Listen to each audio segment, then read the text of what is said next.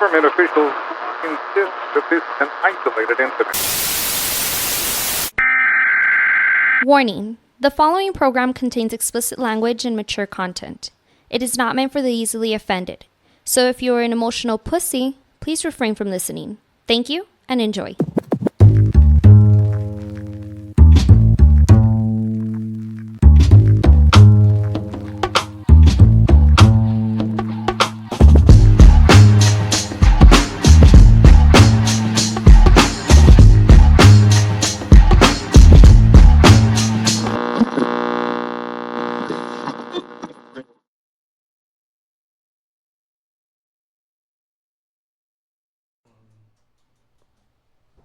Welcome back. Another edition of the Buzzed Podcast. I believe that's yeah, okay.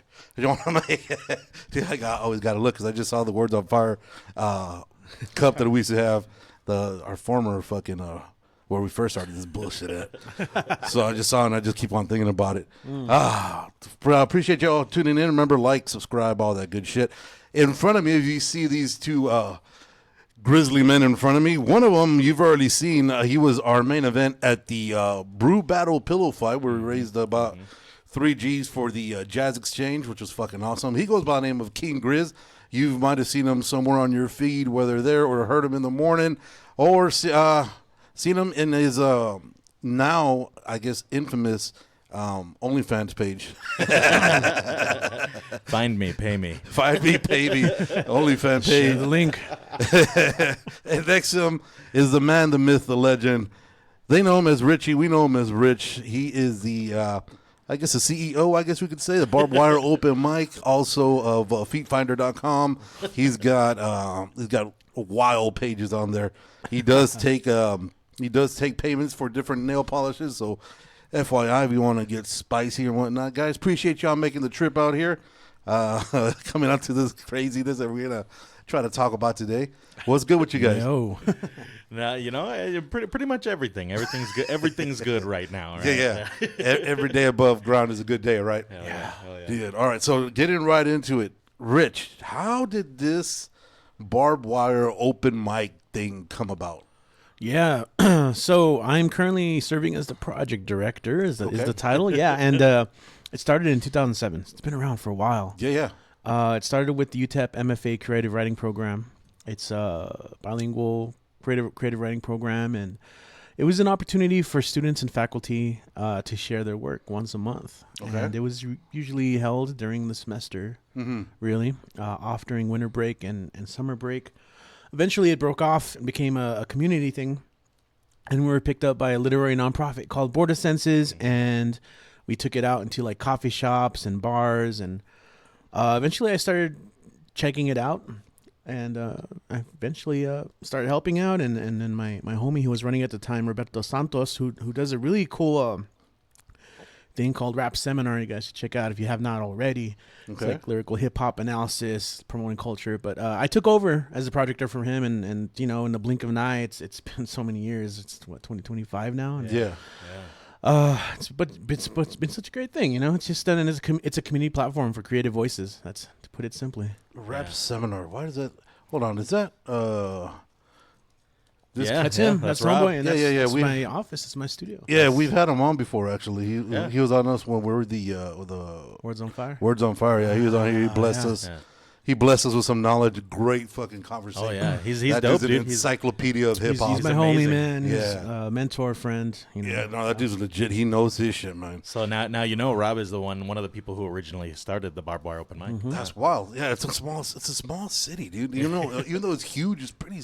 Like the community for performers is really small, and everybody knows everybody, and everybody's drama. So It's getting bigger, you know. Yeah, no, that's always great. Yeah. You know what I mean? That's the only way we could grow, you know, is helping each other out, blasting each other's stuff on a positive note, you know? Yeah, absolutely. Yeah. So Grizz, how did you get involved in the whole barbed wire? Well, yeah, actually, I've only been involved in it in the 2 years so far since I've been here. Yeah. When I got here, before I moved down here, I emailed Richie. I sent a big email, just sort of explaining, hey, I'm leaving Nebraska. I'm going to be coming to El Paso. I was working in the arts already. I wanted to keep doing that. I just wanted him to know sort of what was going on. Yeah. And, literally the first thing that popped up, like I Googled El Paso and poetry. But when I was living in Nebraska, first thing that popped up was the barbed wire. So I went and looked for, who runs it. And I found Richie. Yeah. And then immediately I was like, well, you know what? This guy seems like the guy that I need to get to know in order to be able to, find some work here or to try and like get in the art scene, And, that is exactly what happened. I got down here. I met him literally that weekend. I got down here on a Monday. That Saturday, I think we had our first meeting. And then after that, I just started coming out to the open mics, and I wanted to help. I saw Richie was doing stuff, and he was the only one doing stuff. So I was like, well, you know what? I want to be a part of this. Like, why am I just going to stand around, with my hand in my pocket? For sure. So I just started grabbing stuff and helping him. I think it was the first mic we did at Pink Cloud. Yep, Pink Cloud down there in 5 Points. Yeah. And they were doing an open mic there. I can't remember exactly for what. I think it might have been an EPCC thing, but they were there. I read a little bit of poetry, got to meet some people, and then from there, like I said, I saw Richie packing stuff up, and I was like, I'll help. He's got a bunch of heavy shit here. I'm not just going to stand here and watch him like an asshole. Right. Be like bags. Hurry up, guy. Are you calling people out, Chris? Maybe I am. Maybe I am. People who stand around. Yeah, there's a lot of people. There's a lot of people like that. There's a lot of I think it's a culture where you see our moms picking up for us, so we're just fucking looking at everybody like, so whose mom's gonna come pick this shit up for us? So I know we're talking right now, and I know I've seen you guys before, and I've been trying to get at you guys to get you guys on here, because I know my boy Gus would host the events right at the Old Sheepdog. Yeah.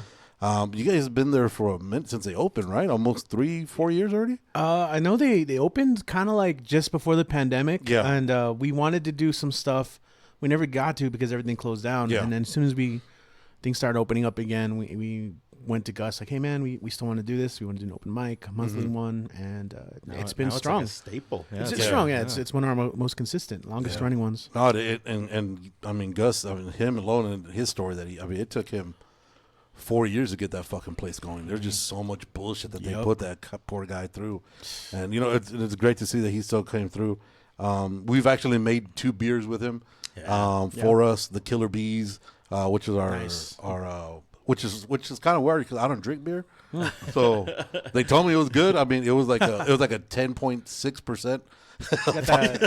Damn, you got the That's Wu-Tang a good inspired beer. beer. Yeah, it was Wu-Tang inspired. It actually had the Killer Bee on the logo and everything. That's dope. Dude, yeah, for our second pillow fight ever, that's what the beer we released for the fight, and we sold out within like 3 hours or some shit. You know what, man? We got to give just some love and a shout out to Gus and the Sheepdog crew and everybody over there, because that really is like a community place. Like he opens that spot up for everybody to come and host their events. Yeah. As like that at this point, there ain't a part of the community that doesn't know Sheepdog, and if they don't, then they need to, because it's part of their success is their openness and working with everyone. We had just recently we had the Chuco Punk thing, and that was really fun with El Paso Matters and the book fair, the panel and the book fair, and that's the thing that's important for me, because El Paso has kind of like unfortunately low literacy rates across the nation, and so I'm trying. One of our missions is to promote literacy and literature projects. Literary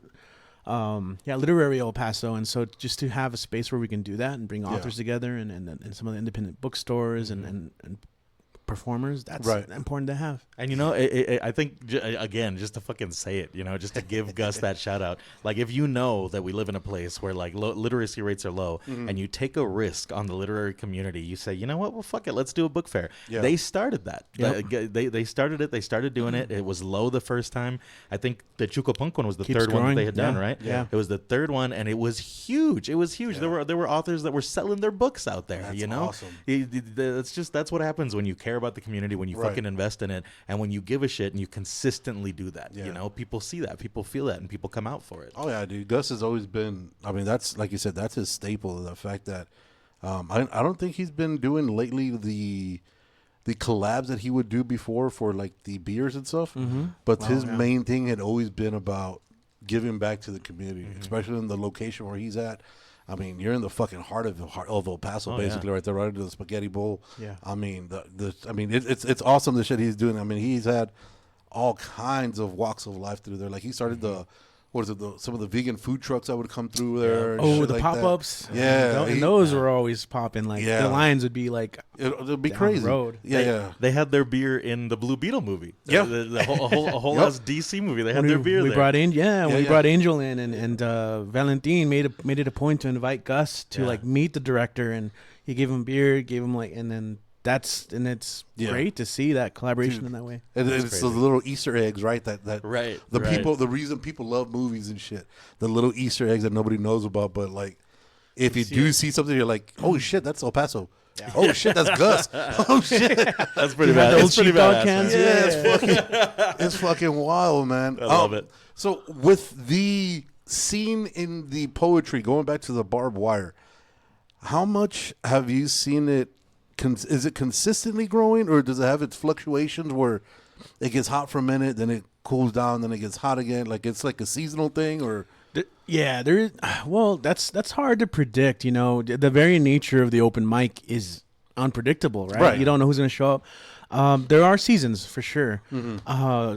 You know, you would think during the holidays it would be dead, but then you have people that are in town that you Right. haven't seen, and they get to come out and perform. And we've been around long enough that people seek us out. They find it, and so it's been pretty consistent, honestly. Yeah. I know there's other open mics in town, but like people can find us and know that we will be able to take care of them, audio wise, sound wise.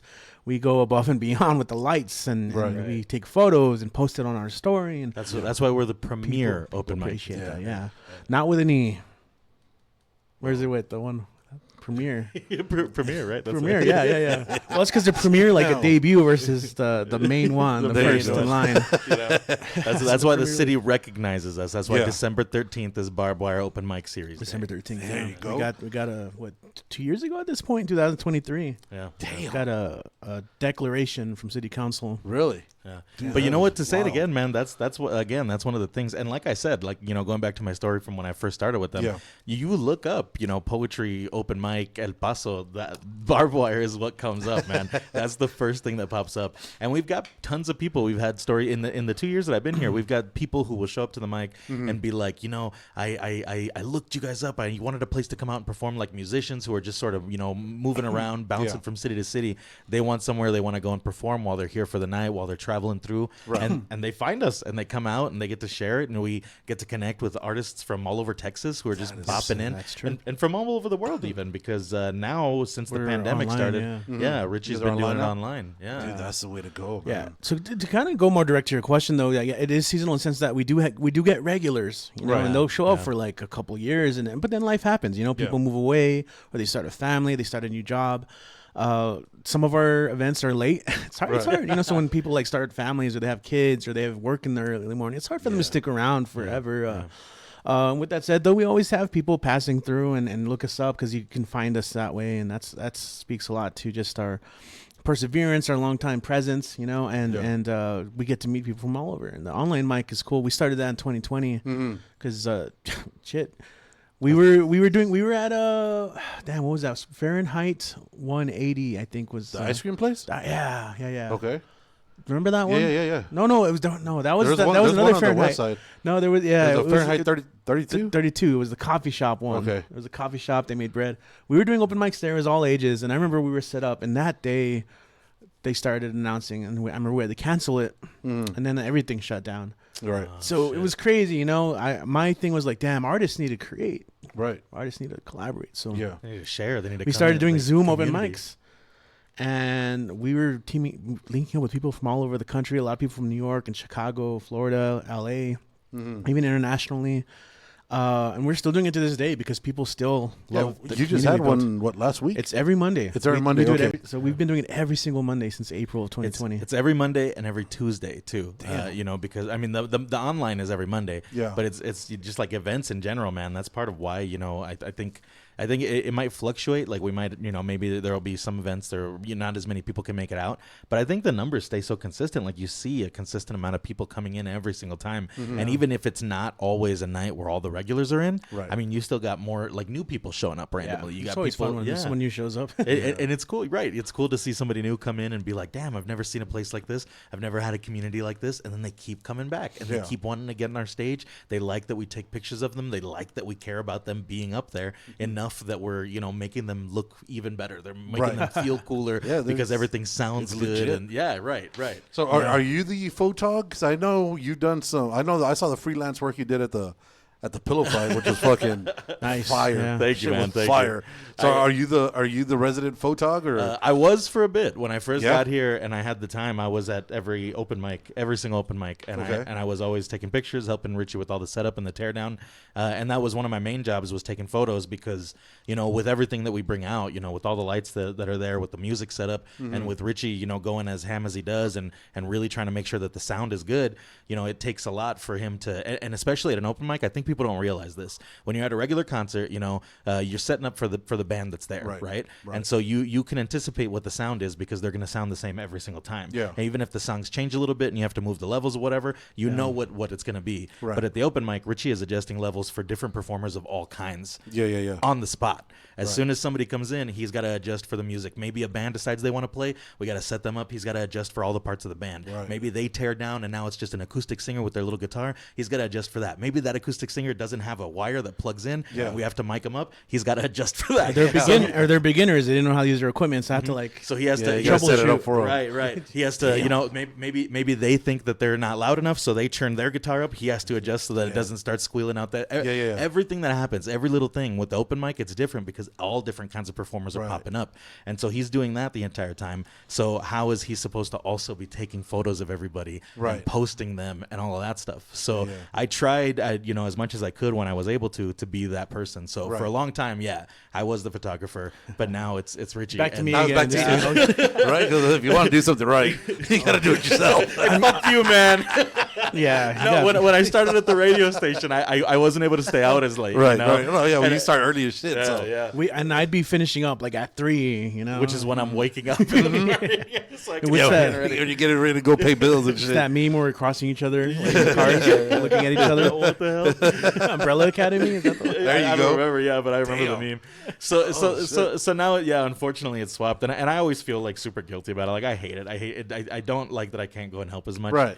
But I try and show up whenever I can to at least set up on those nights, like during the week especially. Yeah. But if it's a Friday show, a Saturday show, whatever, I come out. I'll go and be there. I don't have anything else to do. That's in why the I always morning, ask you to host. Yeah. He always asks me to host the weekend shows. Yeah. So those I will always try to take. That way he doesn't have to do as much. So. Well, you're looking for a host, right? From what I saw. I'm looking You're trying for to groom a host. any kind of... I thought that's what it said. No, not like Epstein. Not like Epstein. Not like Epstein, but I wanted to say I saw something you're trying to. I think you're looking for somebody that you could show how to Not the quite, how to host or whatnot. take under the wing. Take under the wing. The idea is, I mean, I've been doing this since 2012, Yeah. and that's a long time. And I recently picked up a lot more work on my job, Yeah. and a full-time job. Actually, I just got hired full-time lecturer at the college, and so my workload's going to be a little tough. And I'm looking for people who can actually maybe start running these a little bit more. But they have to kind of know What how they're we doing. run things. Right. And, I'm always looking for volunteers in general, though, like photographers. Like I have had a couple people volunteer to take photos in the nights and when they can. Yeah, it's been pretty cool to see different people who kind of pop in and help with little things like that. Yeah. And as a matter of fact, we did recently get a new host, Jez from the Pie Sisters. Right. Yeah. She now hosts, because she lives out there on the east side, she hosts the Rally Point East Coffee night that we have, which is also a Thursday one that we do once a month.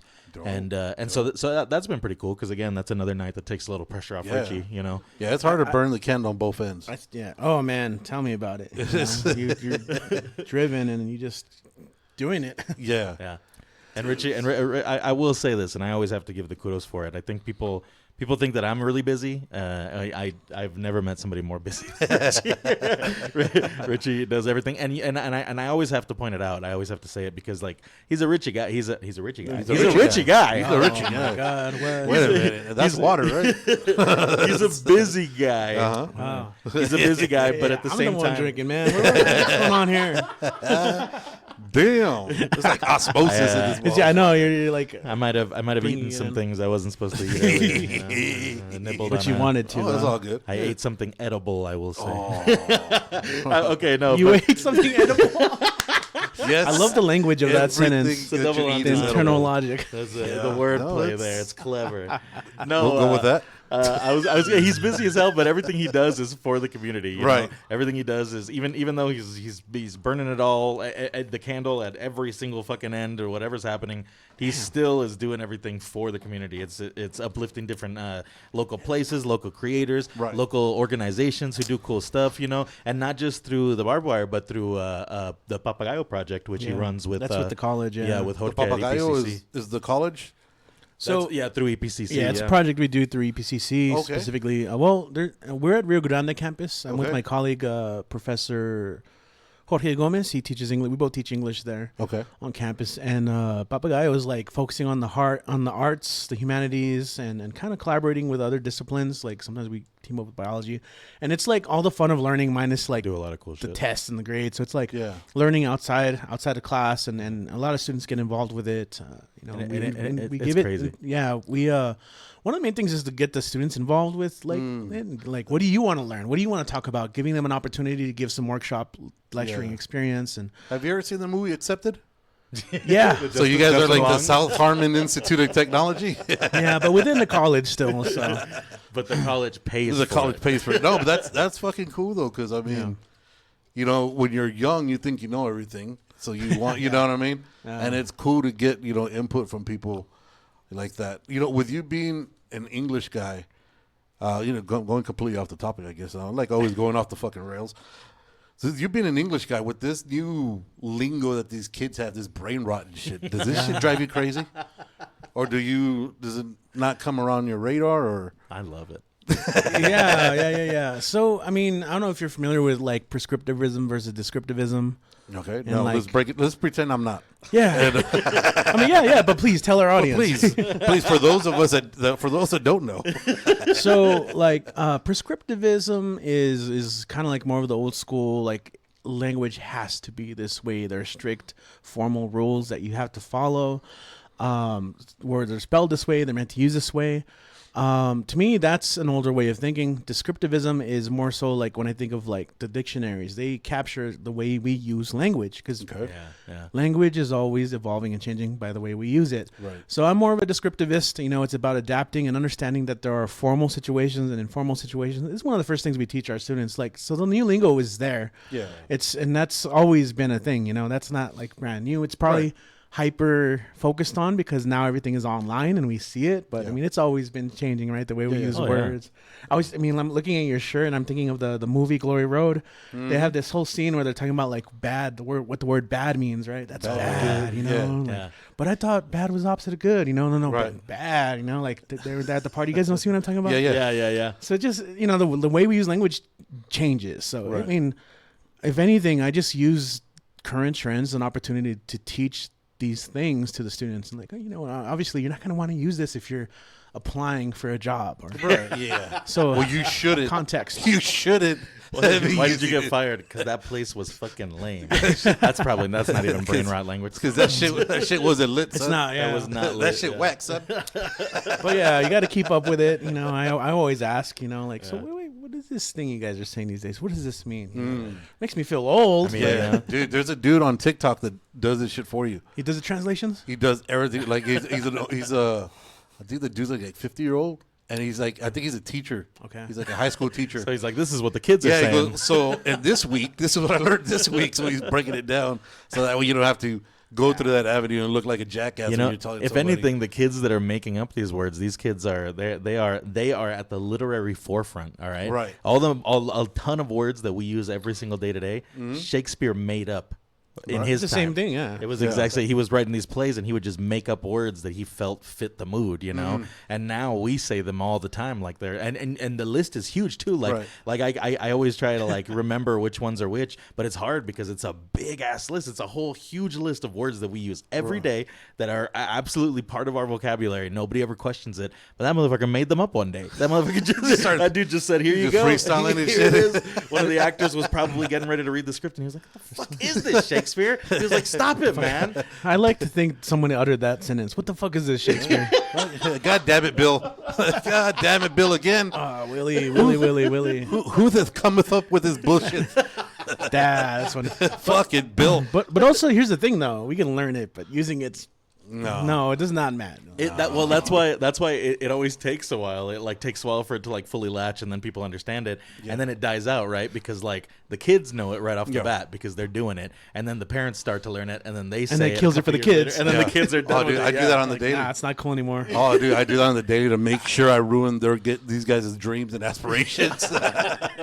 Because it just pisses me off sometimes. I'm using all of it. Because a lot of it is just they're lazy with their words. They cut it off like sus. I was like, dude, say the whole. It's another 3 letters or 4 letters. Say the whole fucking thing, dog. Just stupid. Just it just irks me. Yeah. So I'll just come up with random shit and I'll say it. And then my kids look at me like, "You're too old to say that." I was like, "Don't tell me how to fucking talk." What the fuck are you? Don't Tell me how to live. talk. I'm older than you. Don't tell me how to speak it. What's that Abe Simpson meme?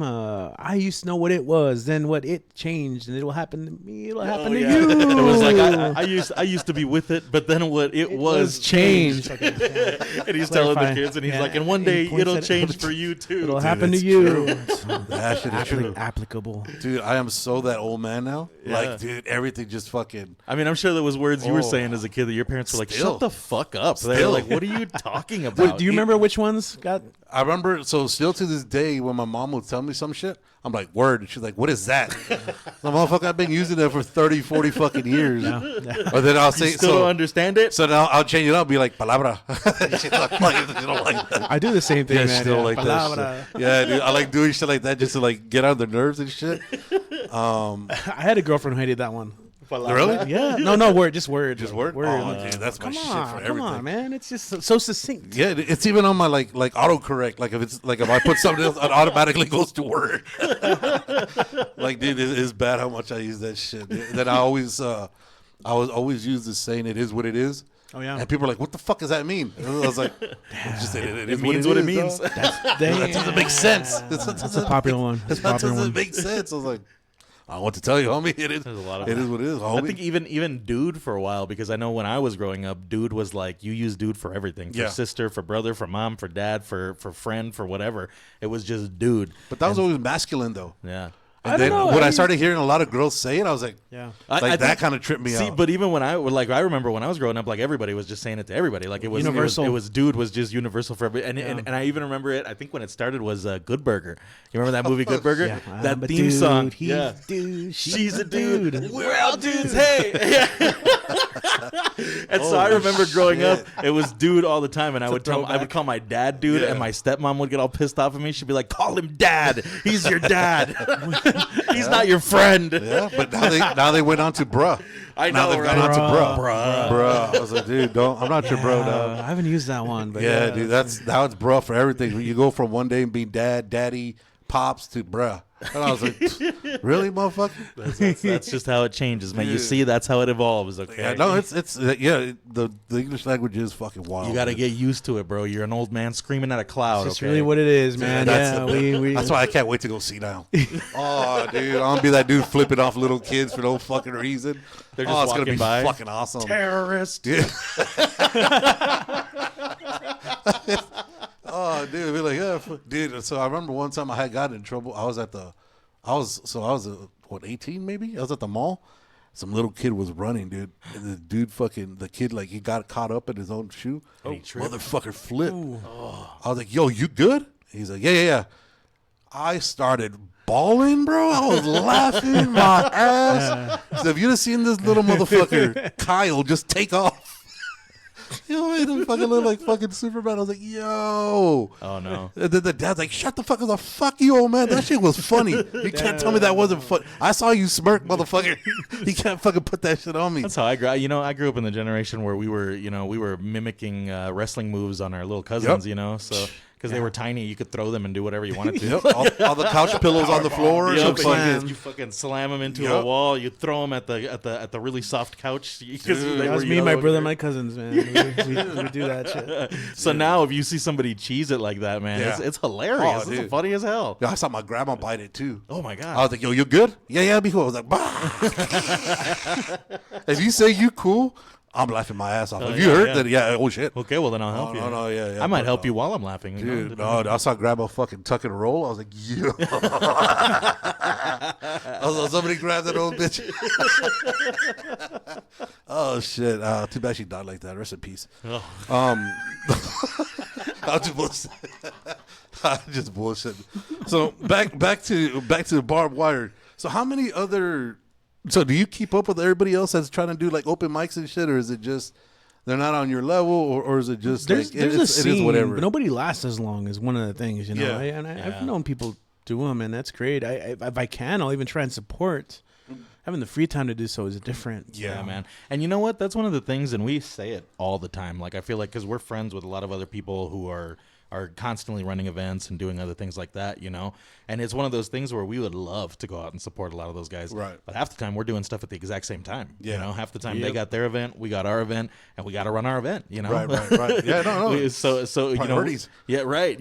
So we want to go out and support every single person who's doing cool shit across the city, and sometimes we get to, but for the most part, you just never know when somebody's gonna have something on the same night, or if you just finished an event, you got to run off to another one to support another person, and there's also another friend that you always have to choose between the two events. You know, no, you just go with the hotter one. And well, but here's the thing though, and ultimately I don't even see it as like competition. Not in the sense that like we're better, but if we can have multiple mics, that means we're a growing city. That means we can have many things going on, and I want that to survive. I want that to grow and like it helps the community for sure. Because then if that does well, then people also know about us and go to us, and hopefully people are free. And I mean, that's even something that we encourage when people come out to the open mics. We tell them, like, promote your shit, Like, even if you're coming up and you're a musician or whatever, and you're going to be hosting another event somewhere else, and you want more musicians to come out, we're not going to tell you no. We're not going to be like, no, shut the fuck up about that, all right? Mic check. I'll plug that Turn shit, the mics son. off. Plug that shit, son. No, we tell everybody, let us know what's your next thing going on. Like, we're a community, so we want to uplift everybody who's doing everything. And I like to think that's why people come to us, because we're not gatekeeping, or like we just want people to get better and grow and evolve as artists and form community and get more comfortable on stage, and that doesn't have to include just us. Right.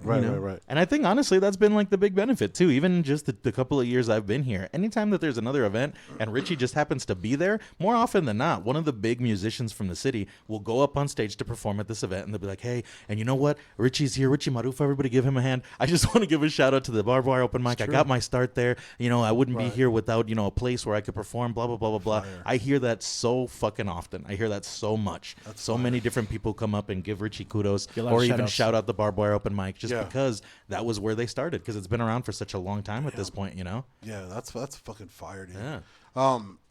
Because that's dope seeing. I love talking to people that help each other out, because I know we've talked about this, and I know, like you said, Grizz knows a lot of.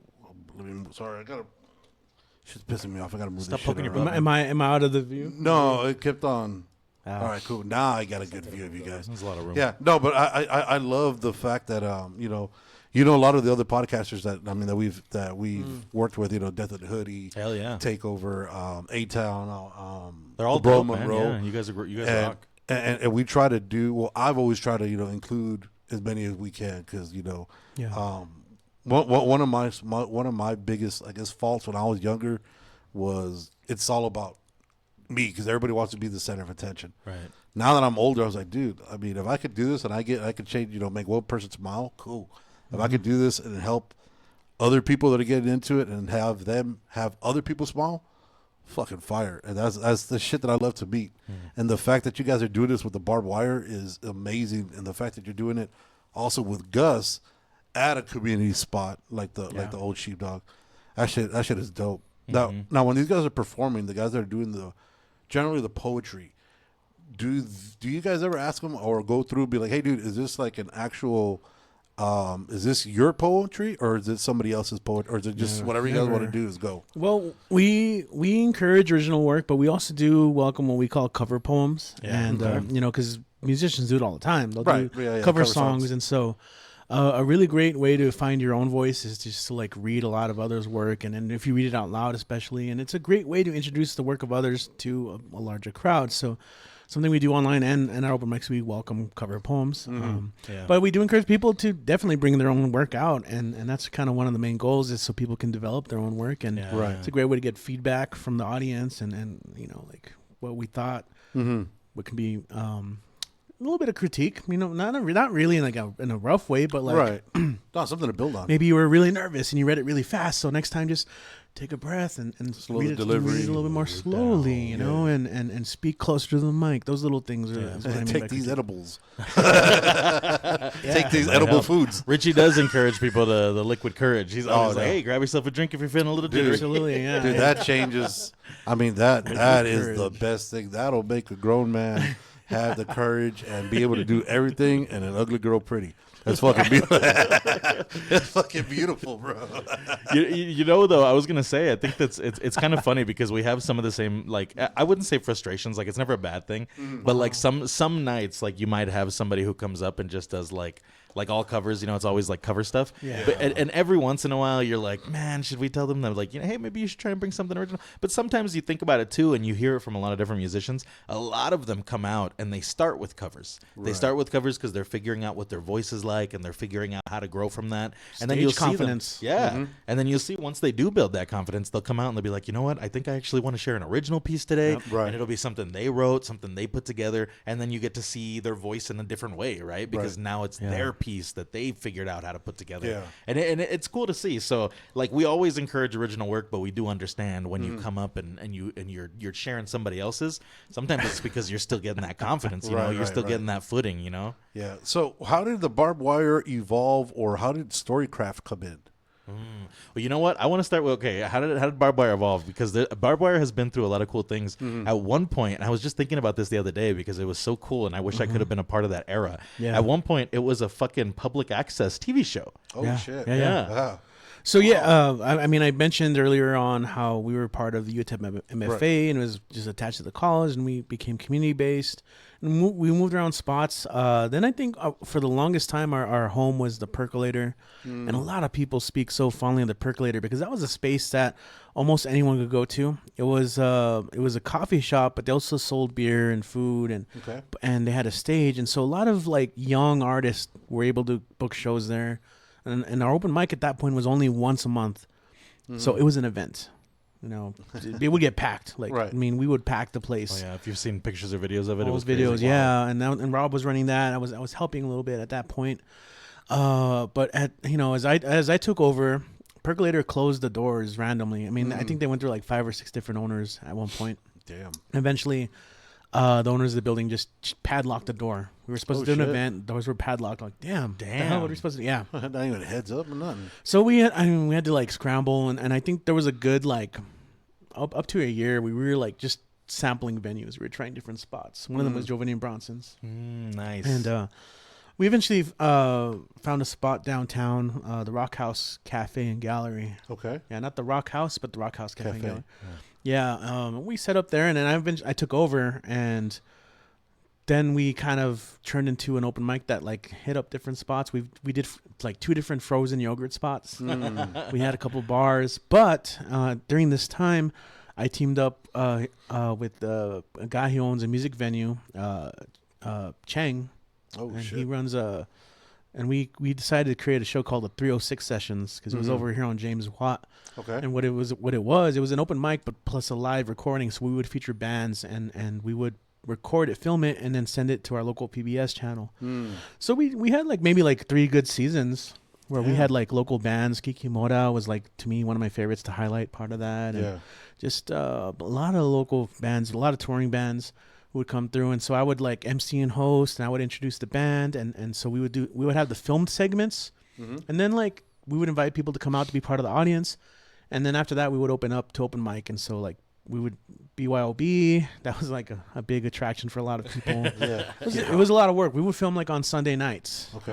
But we did that for a good while, and that was a really fun time. It's a lot of work doing independent and just sending it in, and Right. it was stressful because but through that I picked up a lot of like videography stuff and like running live events. So I was able to translate those skills to what we did later with when Grizz took over. We had an event called Grizz Presents, the Speakeasy, and I was able to like film people and bring people out, and eventually that venue we lost, so we wanted to bring something back up, which brings us to Storycraft. I don't know if you want to talk about that. Okay. So Grizz Presents was really cool because it was a way for us to basically we would do the regular open mic, but then we would find a new like a person to be the feature.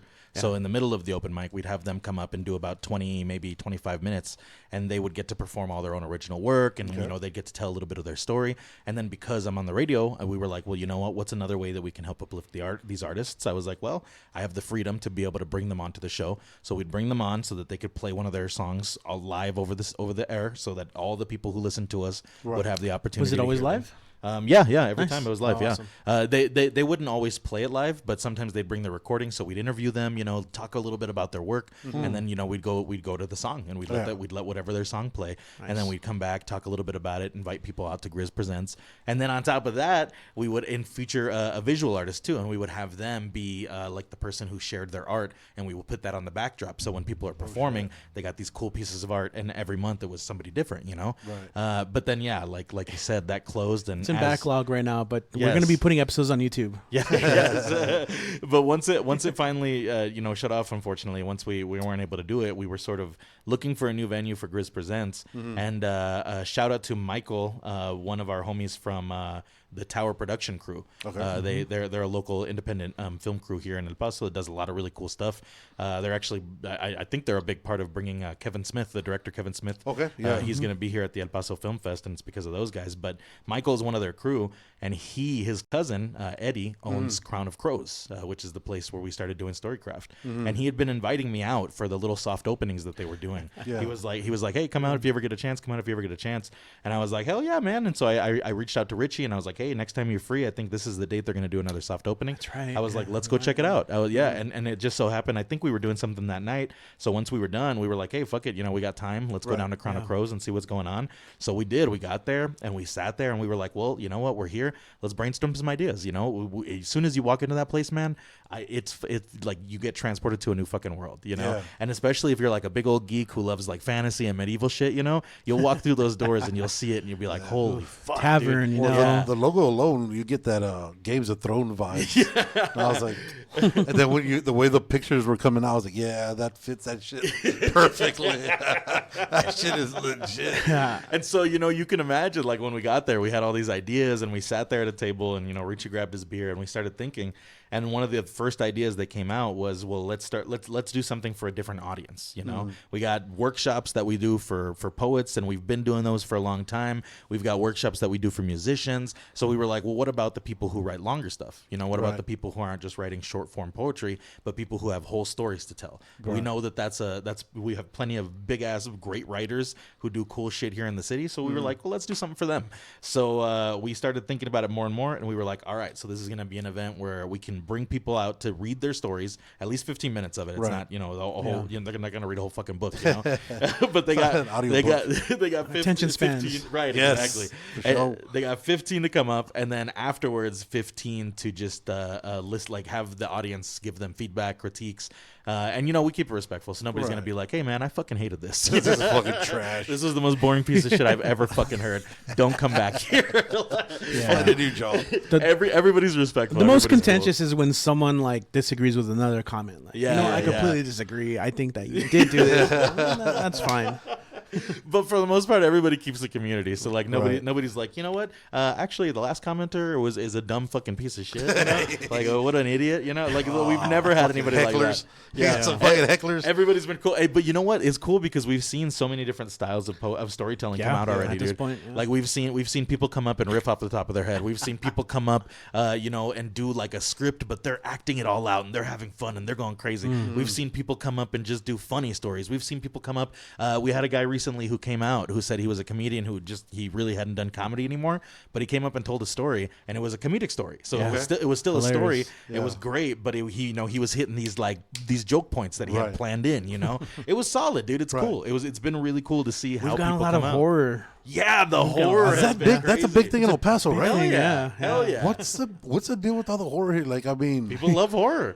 We can't tell them what to love. I mean, I love horrors, but not horror.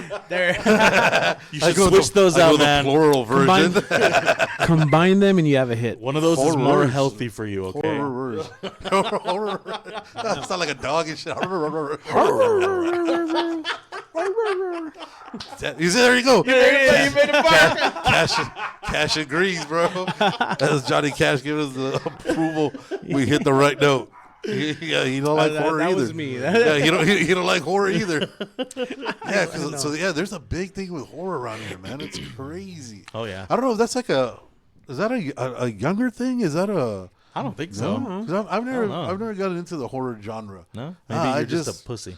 No, maybe. It's because also because I'm a big dude. Yeah. So I don't like the jump scares because I don't want to be like in the middle of something and be like and sound like a bitch and then like you know what I mean. All of a sudden he's like, hey, did you see that fucking big bitch over there?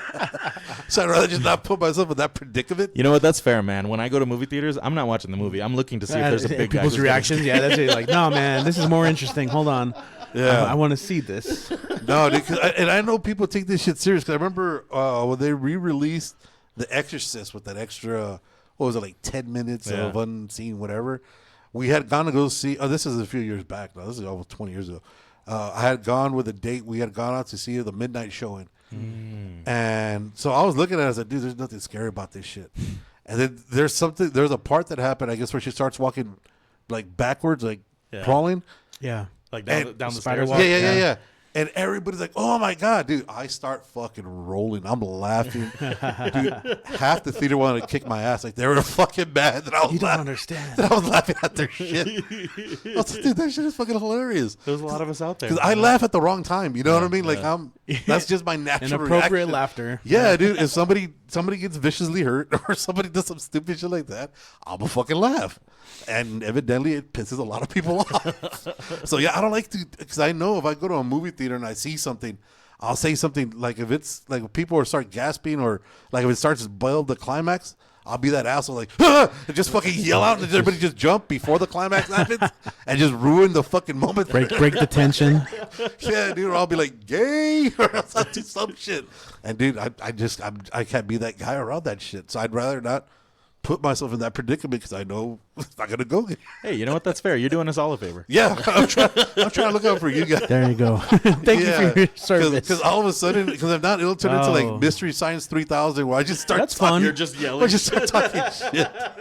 You know what? You should wait because sometimes they do those nights, Yeah. where people are just allowed to like yell shit at the screen. yeah, that shit is That's awesome. where you would shine. Those are fun. That's where I would shine.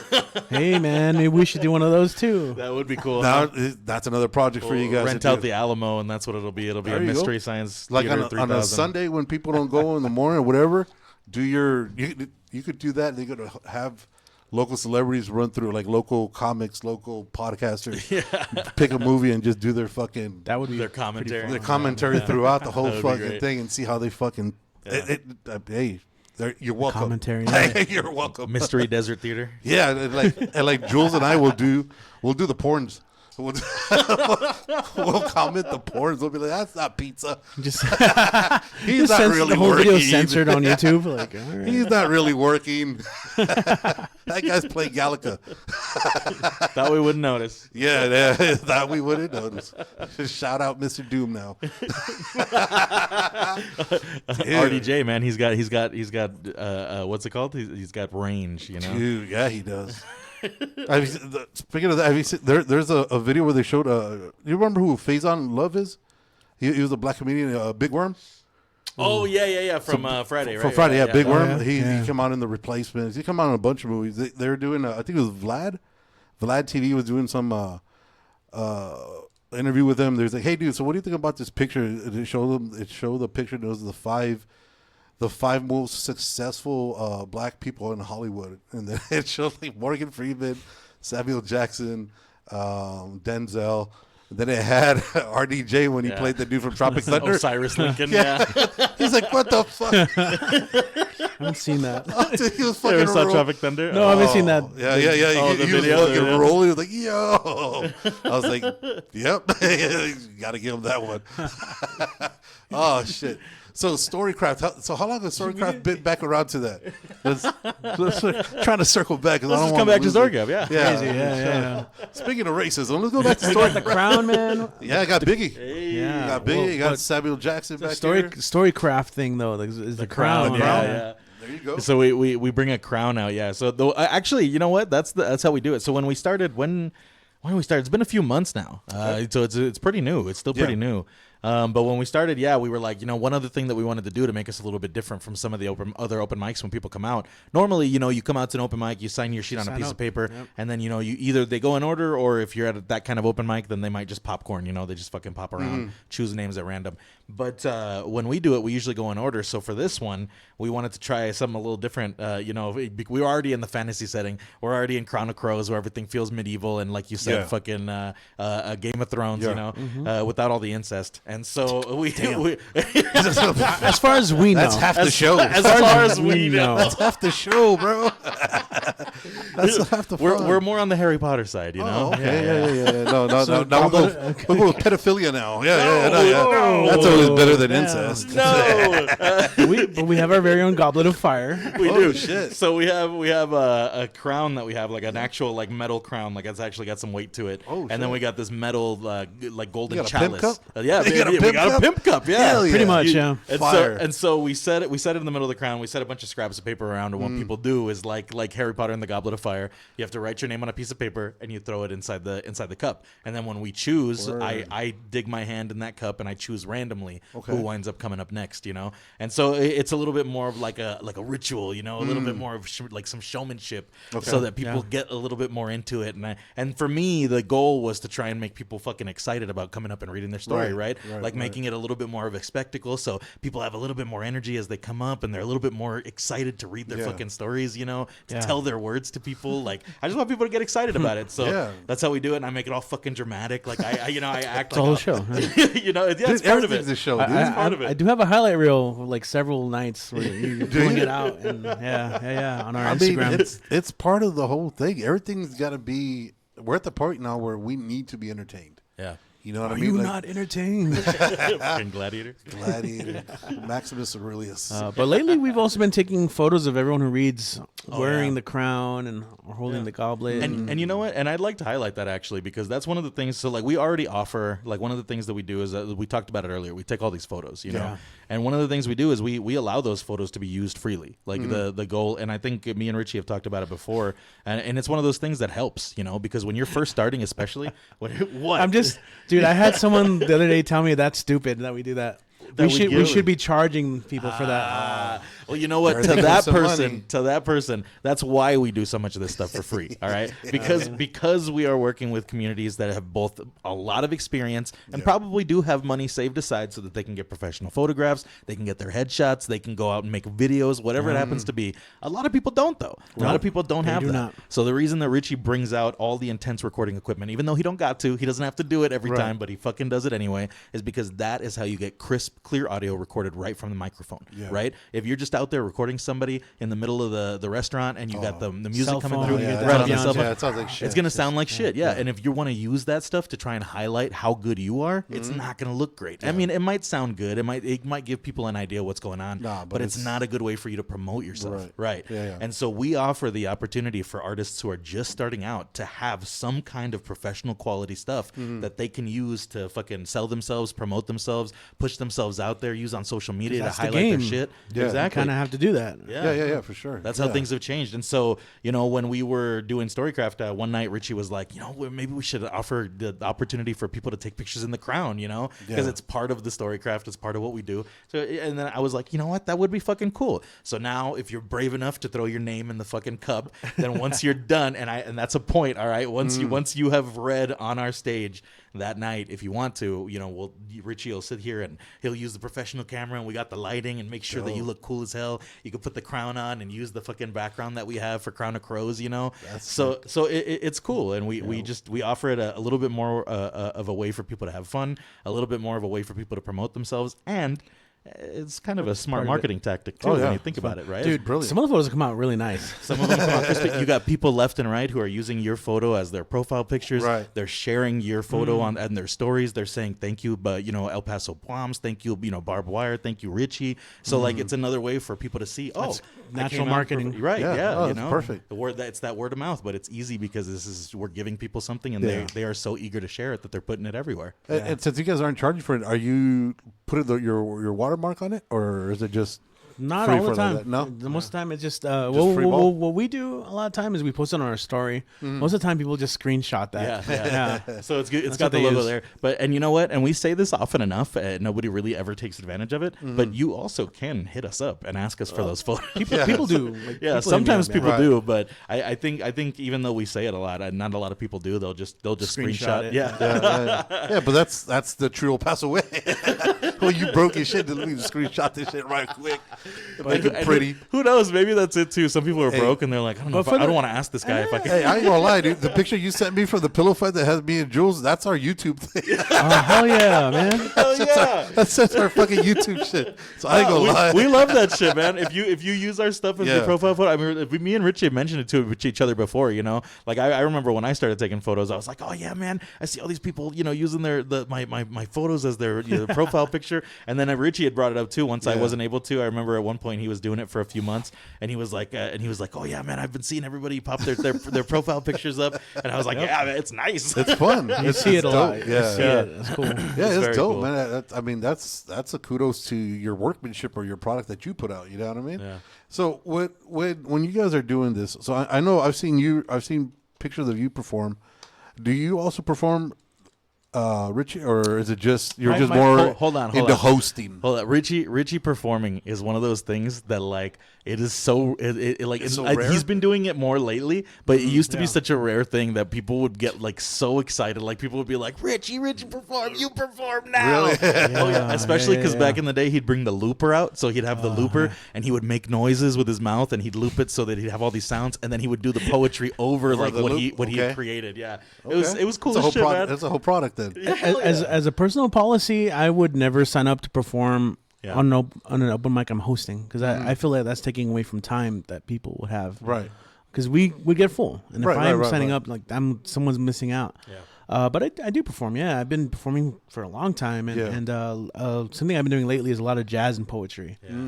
So you play playing live playing- jazz band. So you're playing instrument, or He used to you're play. I play the saxophone. I actually do work with the Jazz Exchange in a large capacity, which is why I'm sad I really missed the pillow fight Yeah. fundraiser. I couldn't make it out that night, but Yeah. I'm a host for them. okay? So I host some of the shows. I'm a performer for them. I poetry, and then I'm also a videographer from time to time for them, Okay. and photographer. So. Yeah, I think I saw you host We'll one of see. the shows I went to at the what's that place? It's right next to the Tap. The Garrison. The Garrison, yeah. Yeah. I think that's what I was like, So I'll dude. host that one. Yeah, okay, yeah. From time to time, and I love jazz poetry. And I've been trying to perform more because people are always asking me. Yeah. So when you perform, is it cover stuff, or is it? No, it's all you're original. It's all original. No, well, actually, some of the jazz nights I'll throw down covers because we have a lot of time to fill. So Right. I have some favorites, some stuff that I've memorized. Okay. But no, it's most of the time it's original though. Yeah. It's cool though because like you get a lot of poets who come up and like they've got obviously everybody's got their own style. Right. Richie's style is much more like rhythmic. Like he said he plays. It goes he with plays the- the jazz with and the beat. everything. Yeah, exactly. So everything that Richie Yeah. does is sometimes it feels like rap. It's just smooth and it flows and it's got a rrhythm. It's Yeah. always badass. It's always To go back to like Rob and Rap Seminar, I enlist what's called a bop prosody. Prosody is the music of language.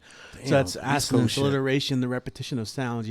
buddies with beat broken bodhisattva beards. There's like a little, and a lot of imagery, and I love the That's my B's shit right there. and the S's. That's Richie's a beatboxer. He's a rapper. So yeah, you hear it come out when he. So when you're he actually a performs. rapper at heart, huh? I never say that. I just say I Well, do it's too late. poetry really fast. It's too late. I do poetry really fast. Yeah. So you're like the Mexican version of the fucking, was it the Jizza? Because he's also the Jizza's also a professor at what college? I can't remember what college it was. Oh, yes, but Yeah, he also did a lot of He was an astronomical astronomy, stuff, yeah, right? Like, yeah. That's the smartest motherfucker. yeah. Damn, that boy is something else. But that's dope because there's for some of us that are ignorant to the poetry world, what are the different styles that you have? Because I know like with the style that you're mentioning, your style, you go with it's more like a musical tempo, more like a song while you're performing what other styles of poetry are there that people that don't know about this? The most common that I think we see at our open mics is what's called confessional poetry, and it's just more based off someone's personal experiences. So it's very emotional. It's usually free verse. Sometimes so they rhyme employ usually. Yeah, so it's almost like prose, poetic prose, poetry prose we call it, but confessional is just all about like releasing emotion and sharing maybe interior moments out into the world, But we do sometimes traumatic, sometimes very like much so. vulnerable and shit. Yeah. it's cathartic, Yeah. getting shit off of your chest, and people more often than not can relate to the content, and so people afterwards be like, damn, shit, that happened to me too, or like I feel that for know? sure. Yeah. So it's a very like vulnerable moment, Yeah. and I would say that's the most common. But we do have people who actually practice forms, VNLs and sonnets, and sometimes people read haikus.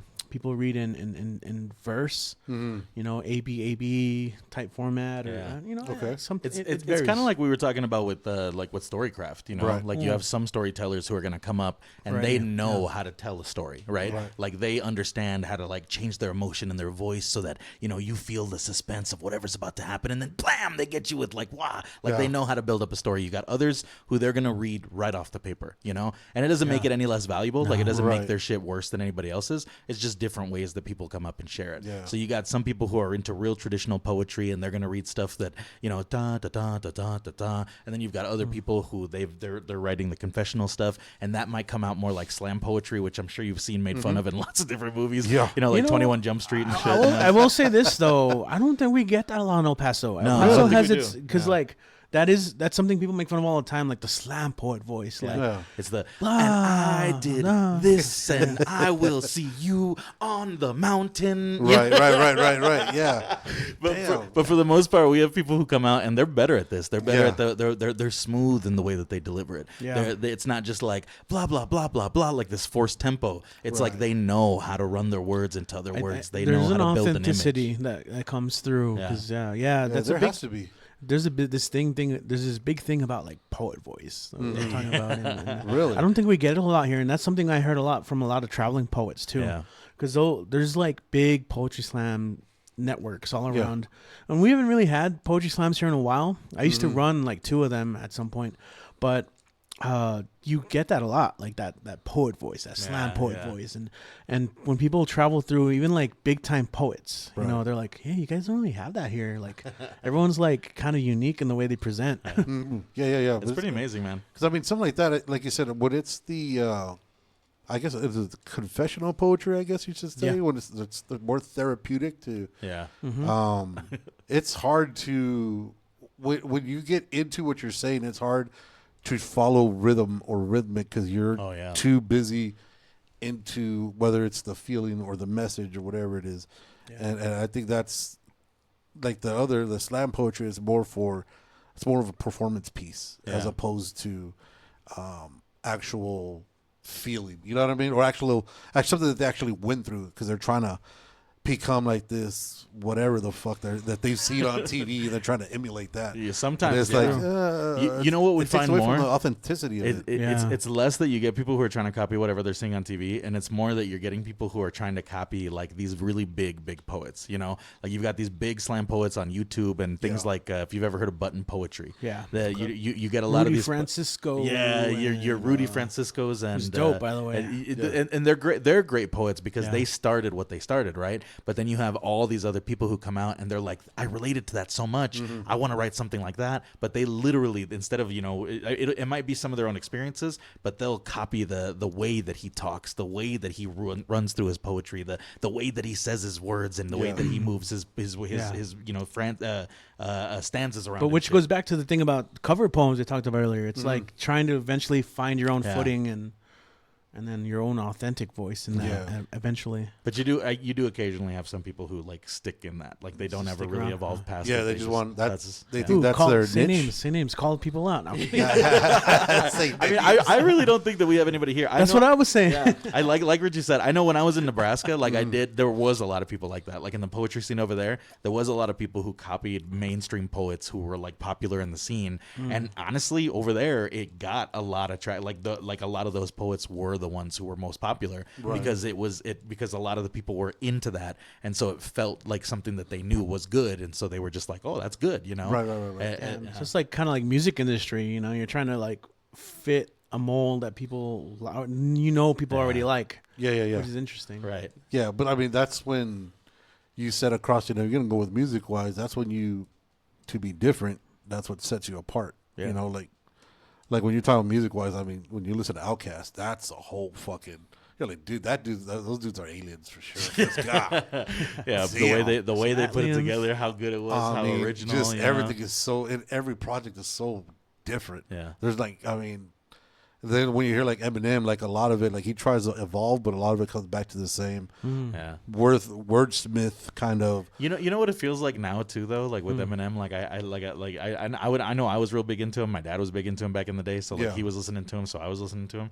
And now you hear him, and it feels like he's trying real hard to like capture that same like speed and flow that he had, but he just like can't. Like it's like not there. Like he can't move his mouth fast enough or something. I don't know what it is, but like it's also. I mean, I think it also has to do like with when you see these rappers, like when Jay-Z comes out and they are like, you know, we're up from the hood. The motherfucker ain't been in the hood in 40 fucking years. Yeah. So you can't relate to what it is anymore, you know? So that's why I appreciated kind of forcing Dre. it. Damn. I think Dre had a line like that in one of the Chronic albums where I think it's in the one, God, things just ain't the same for gangsters. In that song, at one point he has a line where he says that he's like, you know, I'm not that hood. He's like, how hood are you? He was like, I got a family now. He was like, that's what I'm fighting for. He was like, I changed. I know that. Yeah, it changes, man. So I always really loved that song. That's such an interesting analog because we were talking about poets covering like, and you see it a lot with like young rappers. They're trying to say this thing about like, I got money, I got cars, I'm like, no, you don't. No, man. you What are do talking not. about? Like, We literally were just talking before you got on stage mimic. about how poor you were. How broken.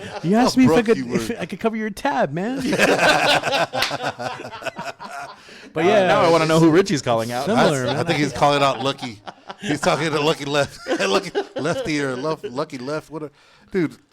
Completely side note. You know, when it comes to hip hop, Kendrick Lamar is a fucking beast. Absolutely. I hate him right now. What's recent? I miss stuff. No, I'm just gonna say fuck Kendrick for right now, because he introduced the world to that fucking Lucky Lefty, Lefty Lucky, whatever the fuck his name is. Dude's a fucking retard. I'm out of And the now loop he on thinks- this. Oh, it's the dude. Are you talking about the dude who came to El With- Paso? yeah, right? with And Crystal he got Poppins. caught with like meth too, right? Didn't he? Did he get caught? Oh, I don't know if he got Oh, caught, but shit. Yeah, I Dude, can't remember this his name, but I know who you're talking about, dude. yeah, he's the one that comes out on that show, on that song. All he says is crazy, spooky, hilarious. Yeah. That's all he says. On one of the And Kendrick now he songs. thinks he's fucking. That's frustrating. Dude, this motherfucker. Let me tell you, I can't even get his name right. That's how Yeah, much I fucking I hate can't him. even remember his name. So like I know who you're talking about, and I can't remember Is his it name. Lefty? I think I it's saw Lefty. clips of. Actually, something just came out. Lefty Gunplay. That's who it is. Yeah, Lefty Gunplay. Fuck Lefty Gunplay. Oh my god. I can't. This motherfucker, dog. Yeah, he does suck. He seems like he sucks. He can't even speak English, dog. Like I don't know. Like, he just bought a house here. Dude, honestly, every time he I hear local? videos of him, like every time I see videos of him, it sounds like he's still on something. It sounds Yeah, like he's still it's- all fucked up. This cat. Yeah. Oh no. Yeah, no, yeah. He's Yeah. anytime he talks, dude, so there's one pod where the host was like literally just shitting on him in front of him. And he was like, "Yeah, man, that's just crazy, man." I was like, "What? Well, you don't know those? He's fucking talking shit." He to did you? not register at all. That. Nah, dude. So I love Kendrick, but fuck Kendrick right now because he introduced that shit, and he thinks this dare you. dude. And I don't think he paid that fool shit. He just got him the exposure, the featuring. Yeah. So that's the payment in that way. But he's the one that brought that into this fucking universe. And Luckily, fucking, I don't hear a lot of people talking about that guy. So I haven't been exposed yet. No, don't be scared. Don't be. I'm scared. Don't be. No, he tried to do a freestyle. And they're showing him, and he comes out like, yeah, lucky left, come play. I'll spend I'll hang it with my granny, waiting for my Grammy. Yeah, and it was like a love song, and I was like, what the fuck?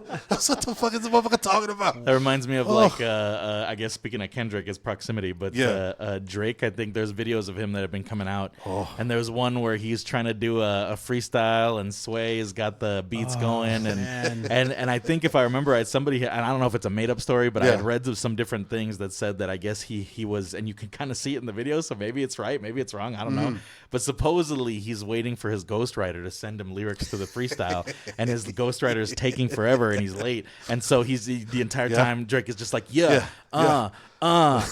he's like, oh, you're doing it to me, bro, and he's like talking to the DJ, and he's telling him like, hey, this is a fire beat, and then he's like, nah, switch it up, man, switch it up, give me a different one, and then he keeps looking at his phone, and he's like, and then he keeps looking at his phone. I haven't seen that clip. Damn. Dude, Drake, I'll just send that one to you. Drake is a singer.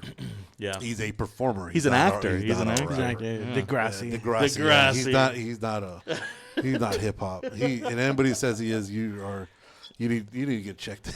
You need to get checked. You need glasses. No, Your glasses. Jesus Christ. Yeah, you gotta quit looking at the sales numbers and look at the fucking product. Because I mean, God damn. I mean, this Agreed. Fuck Lefty. Summation. This is the clip that goes viral. He makes me right. Yeah, right. That he even came. So somebody had made a drawing of him, dude, and they're showing him, and he's like, "Yo, I'm gonna kill this motherfucker." Whoever was that made my drawing? What? Because so watch. Let me show you the fucking picture. Because they're like, "Yo, this is Like a fan? Yeah, this was a fan drawing of him. Oh no, man! You always And he gotta didn't like show the fan love to drawing? that, man. Now, even if it's not good, you still gotta be No, like, look at the drawing first right now. Hold on. Hold on. He's not off. It does feel like something that South Park would have drawn. oh man, Dude, I'm gonna get a T-shirt of that shirt. Yeah, dude. That's without the side by side. That's the. Oh no. No, yeah, that drawing is fucking. Well, you know what? He's trying. He's starting out. You know. Yeah, He's no. But they never told him the kid was like a fucking 8-year-old. I mean, it's not. That's the thing, though. If somebody takes the time to like try it, I would still be like, oh, awesome, thank you, man. Yeah, Thank man. You know, for Yeah. sure. Nah, dude. It's happened to me. I've gotten tons of little pictures that people have drawn of me. You know, Yeah. and some of them are bad. Yeah. But the people who drew them were small. You know, they were little kids. I think that's- Are you gonna give them shit? No, you're not. No, right? no. I'm I- gonna encourage them. I think the dude who drew that was a grown ass man. Cause Oh well. it was Damn. fucking hilarious. Maybe he's just started too, man. Okay. Maybe he just started to. We'll bring him out to the barbed wire or the story craft, and we'll get him fucking going. Hey, man. Show him how to work on his shit. If you're bad at stuff, come to the barbed wire. We'll make you good. We'll polish you up. Oh shit! All right, so what is some of the when you're performing, Rich, on your originals? Where do you get the source for your material? Is it usually post traumatic stuff that's happened, or like where do you get the better? I guess not vibe, but the better. What's the right way to say this shit? Or the better response to some of your originals? Like, what do they have entail? So, you mentioned earlier, or before we started recording, you saw our friend Jez, who's been on the show, right? Yeah. With the pie system. And With the yeah, pies. they had their event Yeah. that past Thursday at Synaxis for their end of the MCAT, and they interviewed me about all this stuff. So I kind of talked about this subject, and Yeah. a lot of my stuff.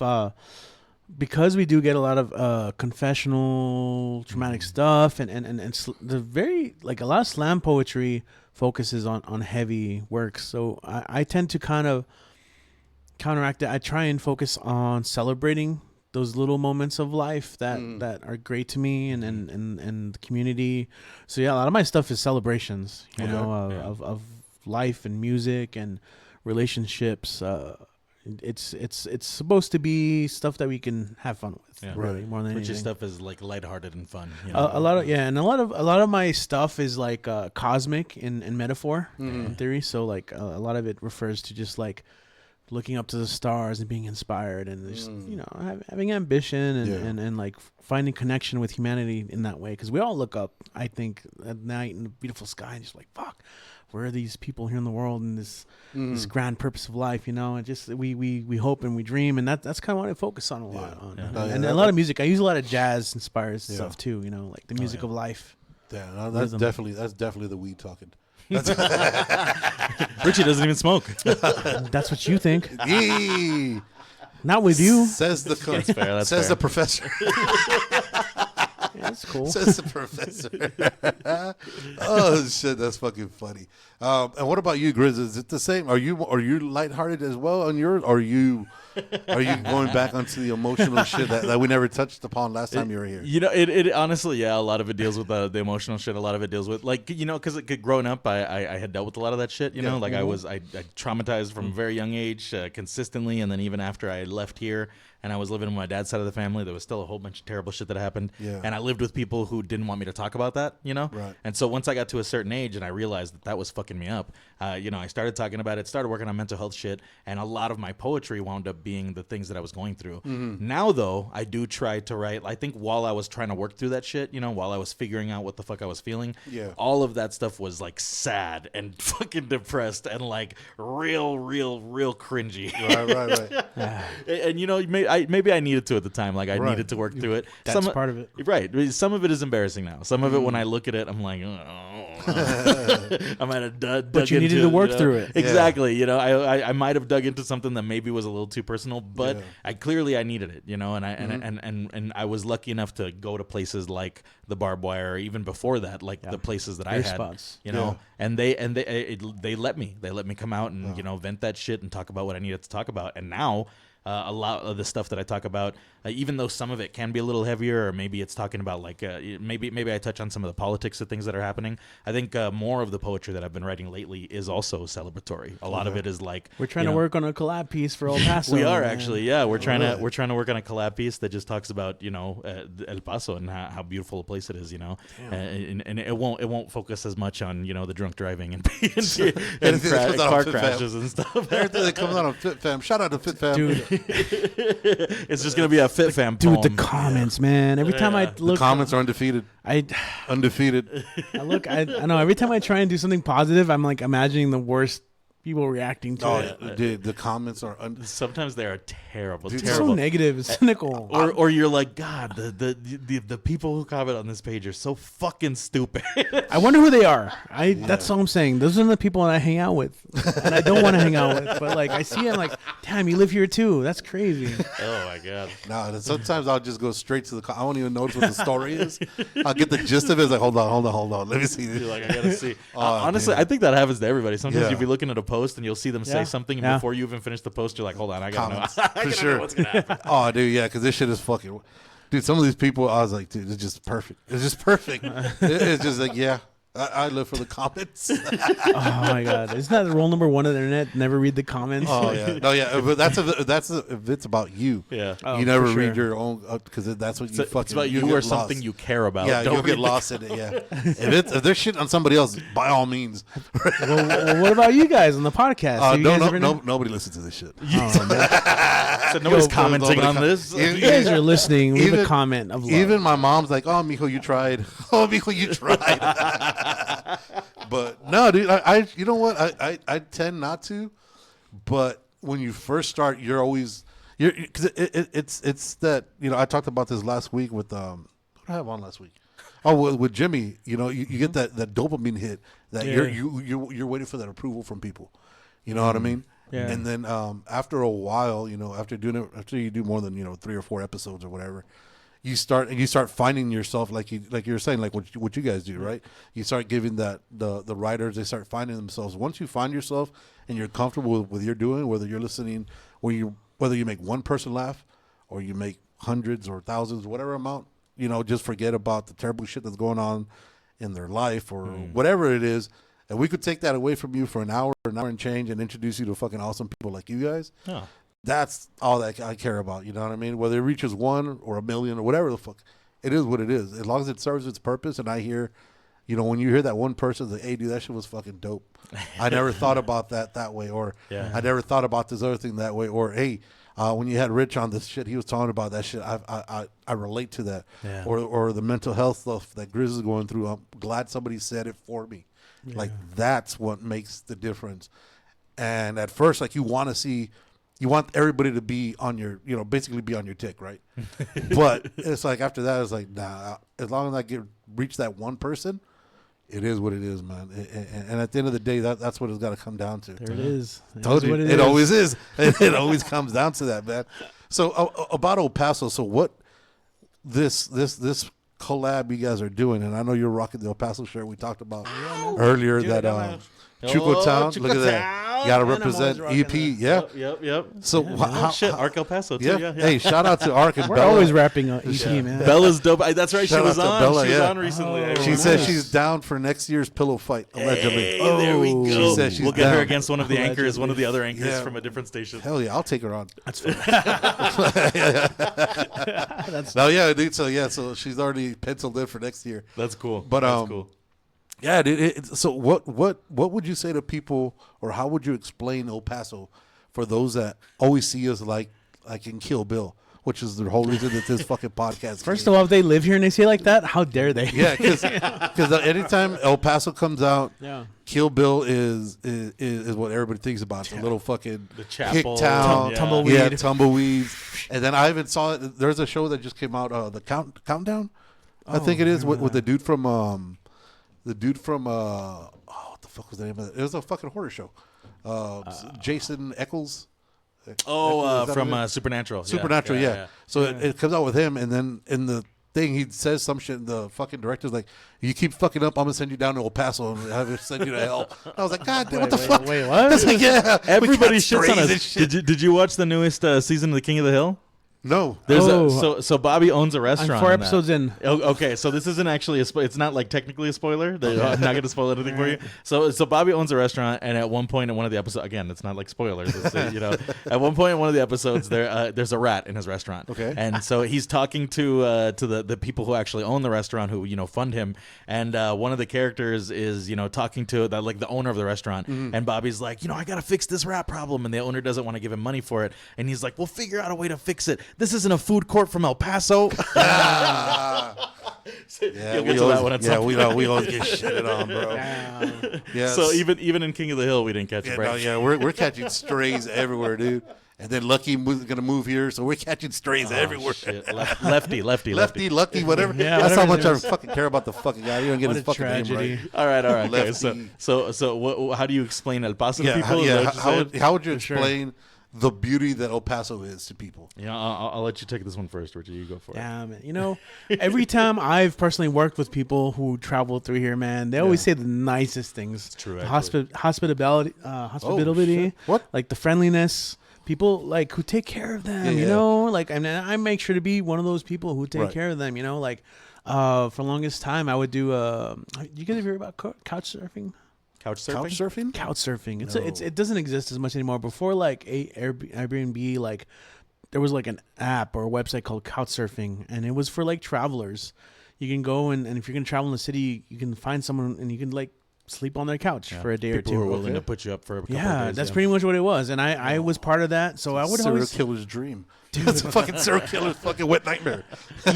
So I mean, it was just like Uber or anything. You would also be like peer reviewed. It'd be Yeah. like rated and stuff. So like you have like huge people's reviews and like, oh, this person was so nice, and they took care of us so well. So like you wouldn't go to someone who's like has nothing. Right. You go to someone who's reputable after you build it up, I guess, which that's a risk, right? For sure. It's always a risk, but I always welcomed traveling artists and poets, and you know they would stay at my house, and to me it's like, damn, I want to be a good host. And so my experience has always been different. Like, hey, I'm gonna show you like the fucking culture, art shows, like stuff going on, and people who always have the most negative things don't try and experience things. They're not open-minded. They don't try things for themselves. You know, they think this is what it means to be successful, or like if we don't have a Six Flags, fuck everything else. Right? If we don't have a river walk, fuck everything else. You know, but you're missing out on the things that are here that are great. You know, and then it's like tunnel vision a little bit. You know, and so I for me, when I try and introduce people to El Paso guests, I take them to the tap, and we have the nachos, and go to the live music, live shows, and everyone's so friendly, you know, everyone's so welcoming to them, you know, but not everyone can do that for everyone. Yeah. So there's always like that outside perception. Right. That, yeah. That's what I love about breaking. That's the whole reason we even did this pod, is to break that stigma that, you know, there's nothing but hate here, but, you know, there's a lot of fucking talent here. Yeah. It's amazing. It's too easy to hate. That's like the easy route. That's like the it takes a default lot of position. energy. Takes a lot of energy to hate, dude. I'm too old. Yeah. I'm too fucking old to put up that fight. Unless you're fucking lefty. Unless you're lefty, I fucking hate that motherfucker. Then you just have to. Then I just have a fucking obligation. That's like a rage bait. Oh, man, It's just fucking the fires within build up, and like it's the hate that fuels my fire. Oh man, I don't know, but what's been your thing, man? Since moving here, because you just recently been you're here. back from Nebraska. So, you know, honestly, man, I think for me one of the hardest things has been hearing people say that there's nothing to do here. I just got here, and I have found so many fucking things to do. I haven't even been here my whole life. I haven't spent 33 years just hanging out here and looking around the city. It took me two. It took me to find an incredible community of people, to find out how much cool shit is happening. I legitimately, my mom, who's lived here her whole fucking life, when I moved here, she told me that I have introduced her to more things that she didn't know existed in the entire time that she's been here. She used to think downtown was like a really dangerous, unsafe place because of migrants. She, who lives here, thought that was a thing because she didn't really go down there. So when I first moved down here and we were doing shows all the time down at the open mic, every once in a while she would tell me that. She would be like, hey, please, you know, be careful. You never know what's going on, blah, blah, blah, blah, blah. I was like, Mom, I'm down there every fucking night. I was like, I have not, nobody's been stabbed. I haven't heard a single gunshot. Nobody's tried to mug me. I was like, the most that I've had is a guy who, you know, who looks a little mangy walking down the street asking me if if he can bum a cigarette. Yeah. Like that's the worst that I've gotten, you know, and even that, you know, that's not bad. Usually you wind up sparking up an interesting conversation. And they're fine. They're fine. They're not mean or aggressive. Yeah, man. Like, no, nobody's pissed off. And if you say no, they move on. Yeah, they just keep going. Like nobody's like, oh, well, fuck you. And then they shoot you and walk away. You know, keep on trucking, boy. Keep on trucking. Like that's what everybody thinks it is. They thought it was a war zone, and and I remember even bringing my mom down. She had never heard of the Los Muertos parade, you know, which is one of the biggest things that we do.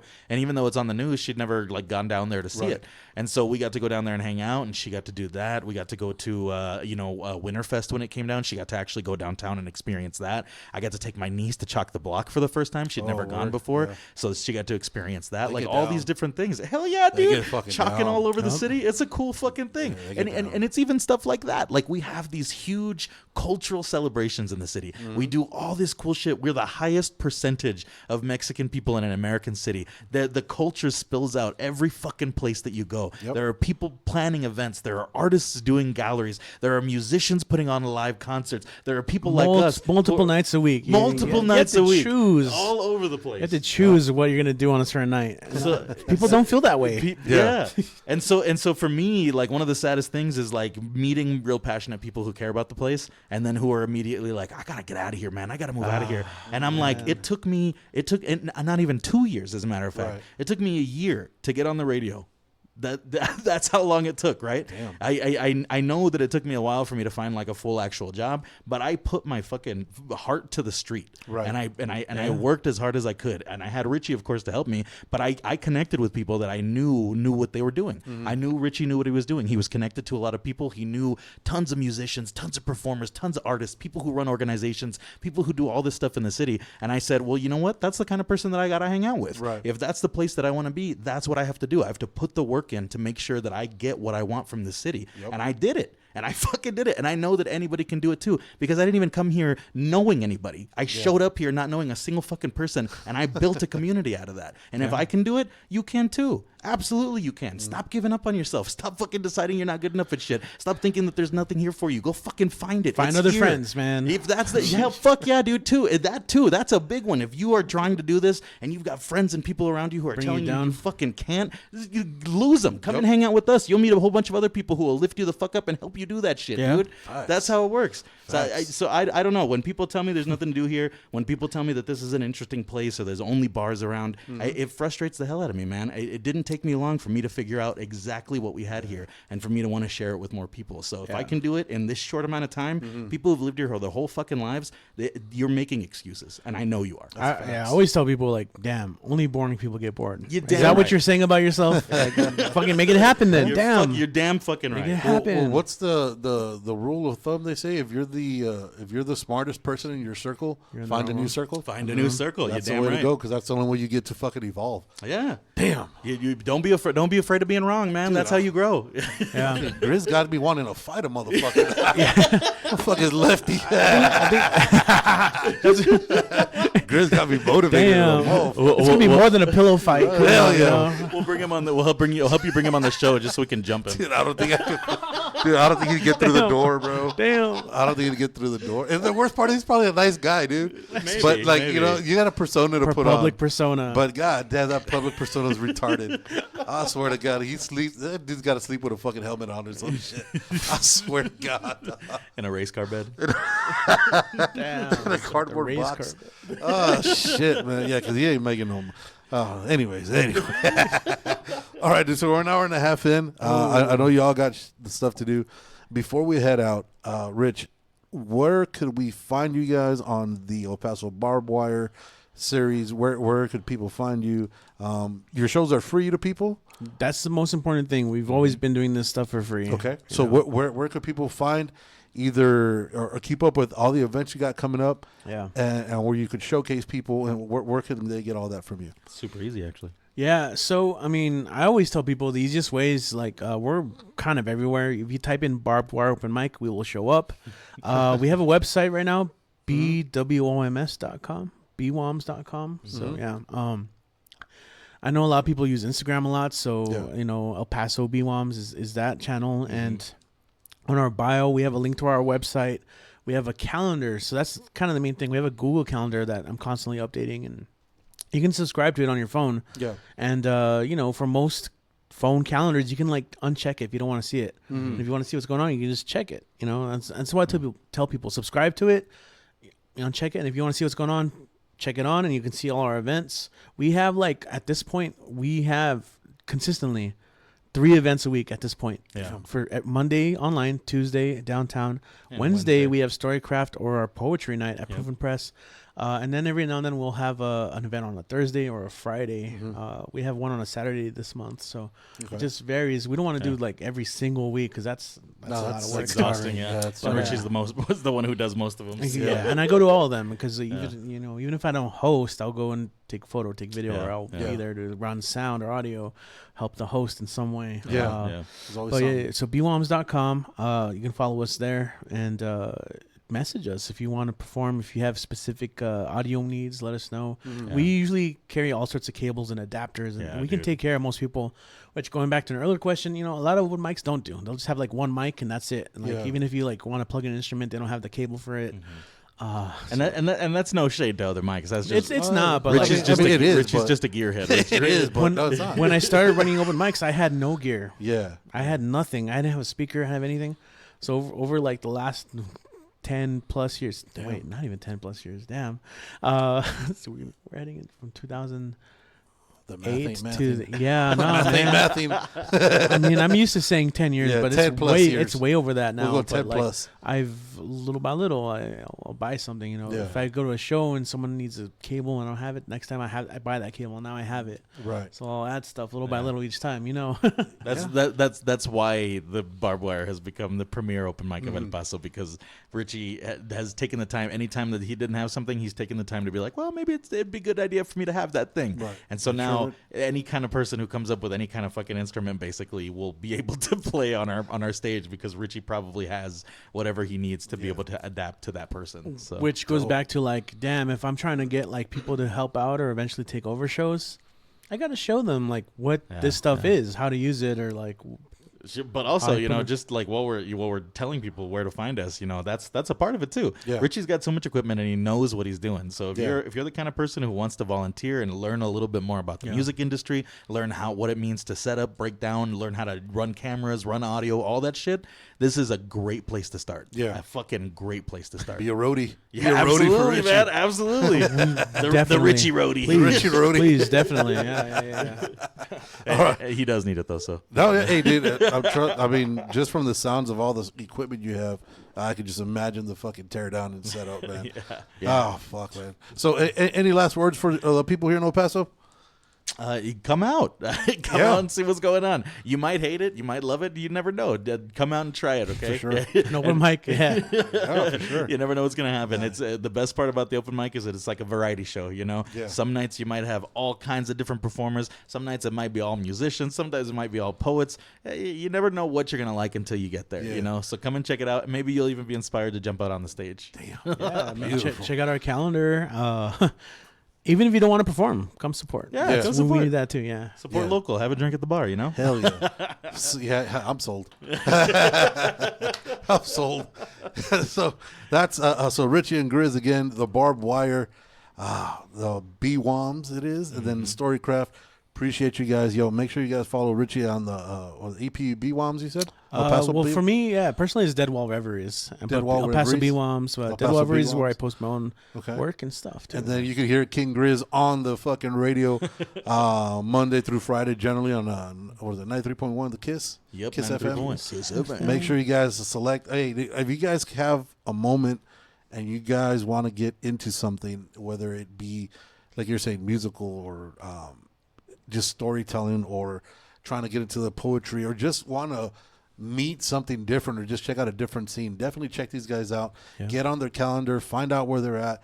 These dudes are legit, dude. The energy that these guys are giving, just talking about something that they love, I think that's what sets a lot of people aside when you believe in your craft and what you're doing and the reason you're doing it. Dude, kudos. That shit is fucking fire, dude. That shit is. That's why you guys are the premier That's right. open mic in El Paso. Appreciate you guys, man.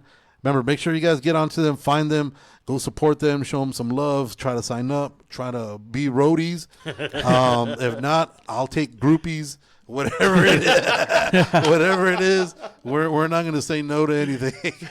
Everything goes. Till next time, guys, don't be an asshole. Don't be a dick. Deuces.